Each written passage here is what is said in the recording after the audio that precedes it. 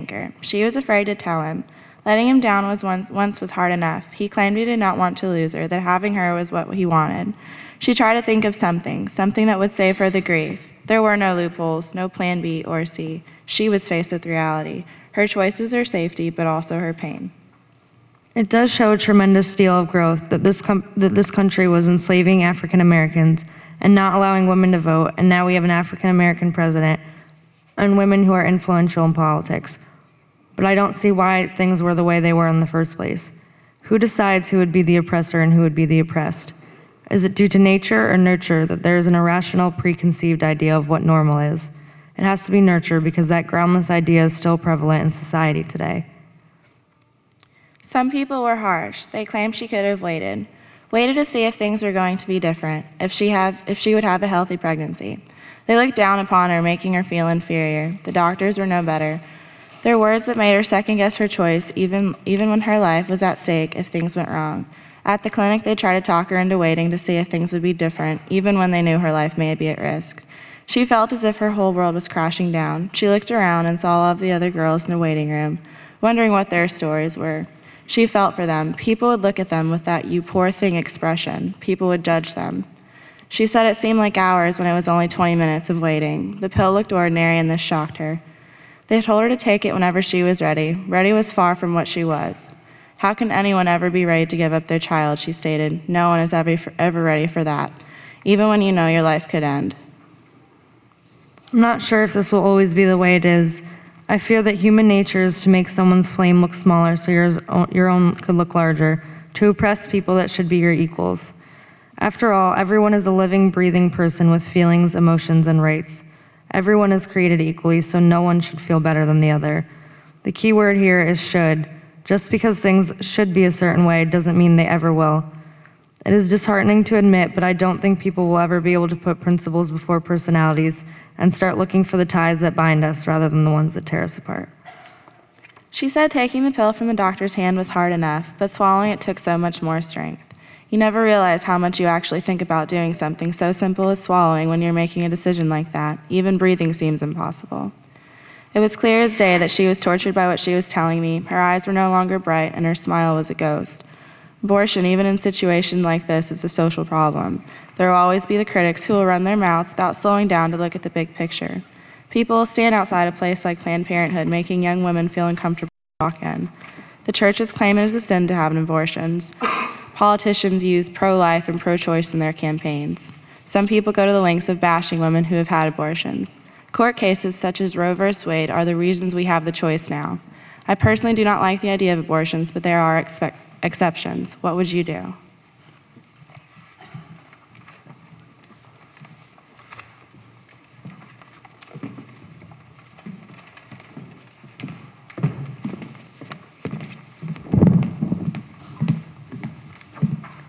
I'm Jason, and this is me. I'm Carly, and this is Amanda. We see it all the time in our lives. Our country is obsessed with it. It's diversity. Corporations hire diversity experts to teach government-mandated classes to their employees about how it feels to be a minority and why they shouldn't discriminate. Colleges and high schools even have mandatory classes about diversity, and statistics say that in a few short years, the majority of our country will not be white. There is no doubt about it. We are living in a very diverse country in a very exciting and confusing time. But the question must be asked, are we actually making any progress towards equality? I don't, and I never have had a very positive view on society.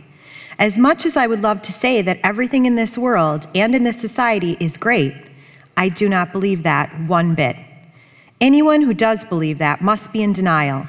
The way I feel society is selfish, hypocritical, dissatisfied, unfair, judgmental, and stereotypical. Of course, I grew up thinking that every single one of those things would change, but I've come to the realization that it will not. After years of policies and laws that are supposed to level the playing field, women still consistently make less than men for the same amount of work and the same education. White men are still more likely to be hired and promoted than any other category of people. The majority of people running our government are still the rich, white elite. If laws and policies are not actually doing what they're supposed to, then what can be done about it? People only care about themselves. You can do whatever you want to make someone happy, but there's a good chance that you will get nothing in return. From personal experience, I have been known to drop everything for certain people that I care about. Do I ever get anything in return? Never. I have recently just given up on the whole idea that maybe someday it will happen, because people never change in society. It's how they were raised, as selfish human beings. If we look at our nation, our current national culture, we see a lot of small divisions. Even in our most diverse cities, people still maintain their self-imposed segregations. For example, the Italian section of New York, or otherwise known as Little Italy. People do this for comfort. Humans have always been scared of change, scared of things that are new or different. We like to live with people that we think are like ourselves. The way I see it, the solution to all these issues is at once very easy and challenging. Everybody is hypocritical, myself included. I don't understand how people think it's wrong for someone to do something, but it's okay for them to do the same thing. This ties in with how dissatisfied society is. We could tell someone to do one thing, and then when they change themselves, we don't like that either. We never know what we want. Society keeps striving for change, but whenever change is made, we want another change, and another, and another. We never stop looking for something new and fresh. Anyone can see the differences between ourselves and anyone else, but it takes a certain perspective to see the commonalities. We must find a common ground, find what unites us. America is known to come together in times of war and strife. In times of hardship, we overcome all those boundaries that normally divide us. The problem is that after the threat has receded, we become divided again. We don't maintain our unity, our shared sense of purpose. Society is very unfair, judgmental, and stereotypical. What with the racists, the prejudiced people, etc., it is unfair how people are treated. Just because someone is a different skin color or has an accent or any other difference than the norm of that area, people think it's okay to judge and make fun of them. People come up with the dumbest reason to not like someone.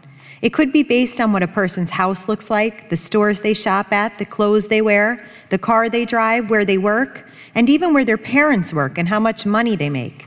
If you make more than the average household, you'd be scrutinized for being too rich. But if you make less than average as an income, you're easily considered poor or assumed to be dirty. America needs a cultural norm that we can all agree on and build our American culture around. Anyone can tell you that a central religion won't work, and politics are just as challenging to get people to agree upon. We all come from very diverse ethnic and cultural backgrounds, so using that won't work either. The only thing we really have in common is that we are all Americans. In conclusion, society is something that will never change, as much as we want it to sometimes. We'll all continue to get frustrated over the hypocrisy, the judging, the unfairness, and everything else I mentioned above. But this is the big picture. We all dwell on what we cannot change. Just because there hasn't been much progress in changing things doesn't mean we have to stop trying. Creating a national culture is a difficult task, but it needs to be done, not only for us to thrive, but just to survive. It starts with looking at our nation and its history in a more honest manner. No more political correct history. Instead, we need the honest and frank truth. Our nation has been diverse since the beginning. It was never just the white Europeans here. We must come together and develop our own sense of what is right and wrong, based not off of religion, but off a central belief nonetheless. If we could collectively create our own national culture that would unite us under one main label before all other labels, we would be able to use that as a standing ground for real change. Create a country of Americans out of a country of insert ethnicity here, Americans. Things will never get better overnight, but if we work together and we stop seeing each other as stereotypes, we could accomplish anything.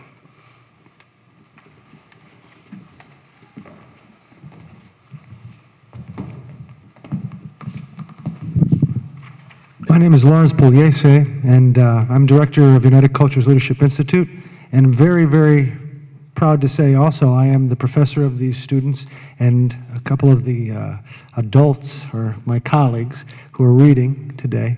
And this is, once again, the Sojourner Truth Symposia, Volume 2, Issue 3, The Big Picture in a Multicultural World. How could you? And these are the Matrix of Domination players. Can we hear a little love for them?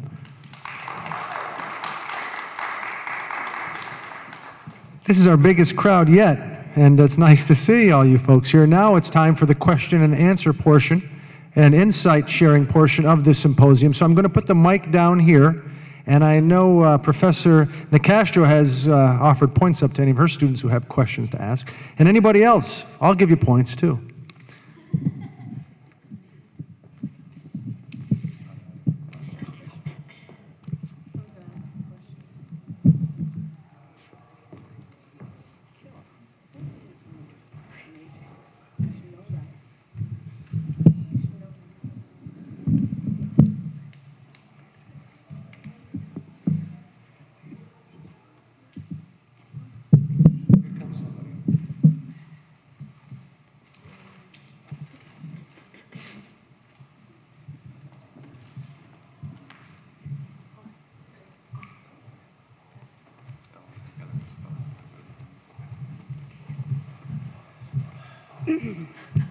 Well, first of all, great job. But what I wanted to ask is, many of you brought up the idea that differences should be invisible.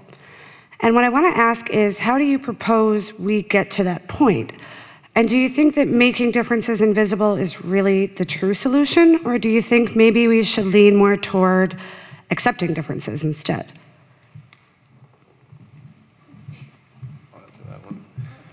I'll take that one. That was pretty much what my essay was about. We can't ever erase the differences.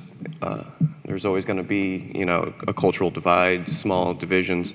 But if we could focus on the things that we have in common and learn to overcome those, then we could actually, create an equality. Anyone else?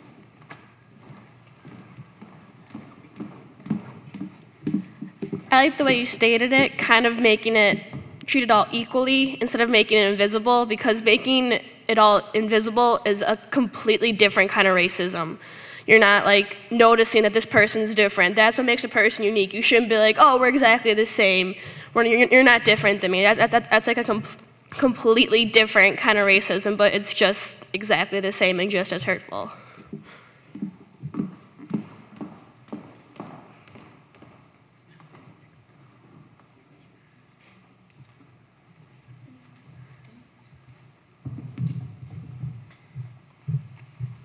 All right, what is racism to you?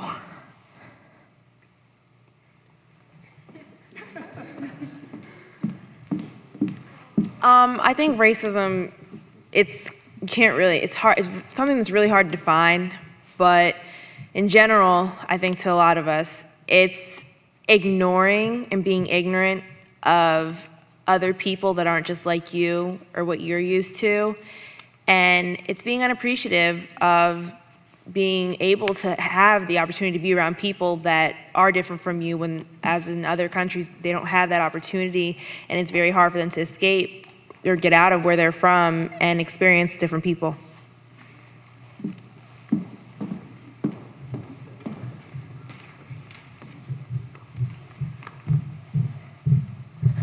This question is specifically for Nia. Why did you choose Peggy McIntosh to read?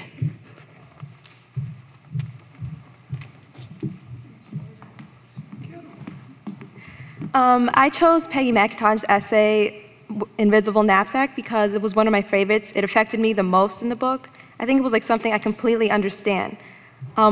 Most white people in society, she talks about white privilege. They have assets like clothes and visas and tool books, and those are something that you have. Like each individual has them, and most people don't notice them. That's why it's invisible, and it's a knapsack. You hold it behind you because you don't see it anywhere, and you don't know you have it, and you carry it around, and it's something that's weightless because it doesn't hold you back. And that really spoke to me because I see that a lot in society.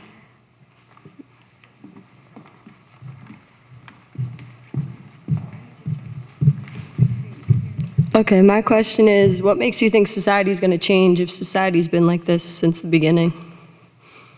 That's it.